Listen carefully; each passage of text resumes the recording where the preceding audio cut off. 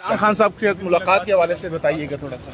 इमरान खान साहब से मुलाकात बिल्कुल हुई मेरी, और जाहिर है कि मैं बतौर वकील गया था, ना मैं कोई बतौर रिश्तेदार गया था, ना मैं कोई पार्टी मैन के तौर पे कोई पार्टी के अमूर डिस्कस करने गया था।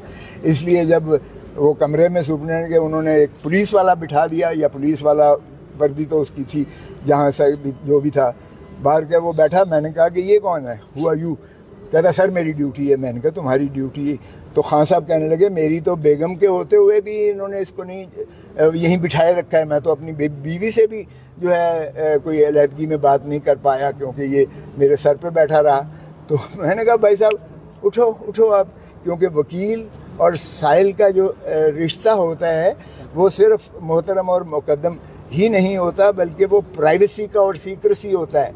मेरे साथ जो साइल बात करेगा या साइल के साथ जो मैं बात करूंगा बतौर वकील के, वो जिस तरह आप अपने किसी चीज़ की जो है आप पर बंदिश है, जिस तरह डॉक्टर और मरीज़ के रिश्ते के दरमियान बातचीत होना की बंदिश है कि वो ना कोई पूछ सकता है ना वो खुद डिस्क्लोज़ कर सकता है, किसी को डिस्क्लोज़ कर सकता है। तो ये तो प्राइवेसी के रिश्ते में मैंने कहा तुम अगर बैठते हो तो मैं जा रहा हूँ, मैंने बात ही नहीं करनी है, और मैं जाके सुप्रीम कोर्ट और हाई कोर्ट में कह दूँगा कि अगर ये मुलाकात इस तरह से करनी है कि फरिश्ते ने ऊपर सर के ऊपर सवार होकर बैठना है, तो मैं तो जा रहा हूँ, मैं मुलाकात नहीं करती। बुलाओ, मैंने कहा सुपरिटेंडेंट को तुम्हारे।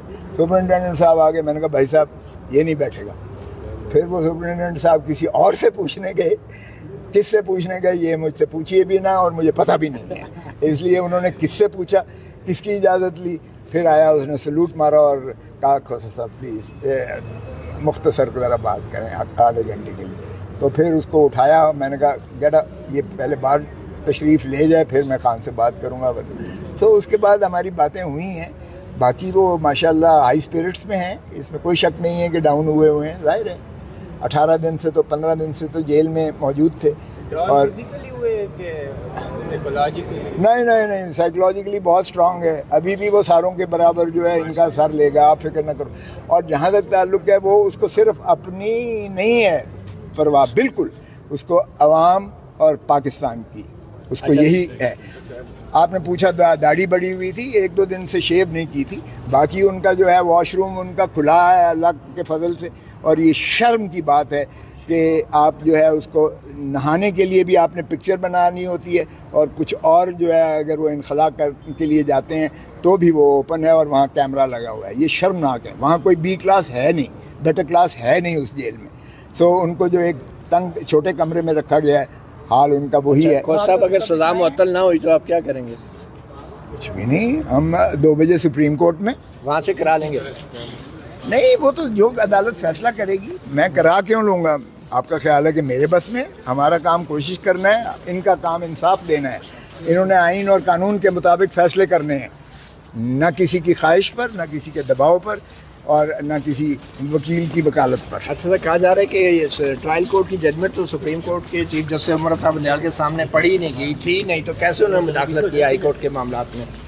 सुभान अल्लाह, उन्होंने एक लफ्ज़ पढ़ा हुआ था जब उन्होंने हवाला दिया कि आपने 1960 फलाना सुप्रीम कोर्ट का जो है वो हवाला दिया है, तो मैंने कहा जी कमाल है कि आपने सारी पढ़ी है। जजमेंट थी नहीं कोर्ट के सामने, सुप्रीम कोर्ट के सामने ट्रायल कोर्ट की जजमेंट, और मैंने साथ लगाई है मतीउल्लाह। लेकिन आप एजेंसीज की बात ना करो, आपकी जो अपील है, आपकी अपील में तो ये चीजें थी नहीं। एजेंसीज की ज़बान मत बोलो। आप एजेंसी के लिए काम करते रहे ना, ये तो कोई बात ना हुई।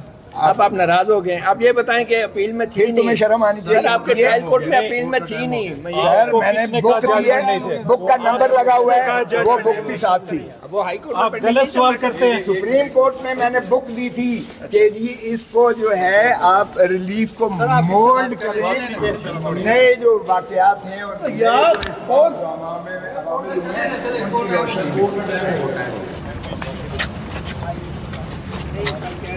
ये नहीं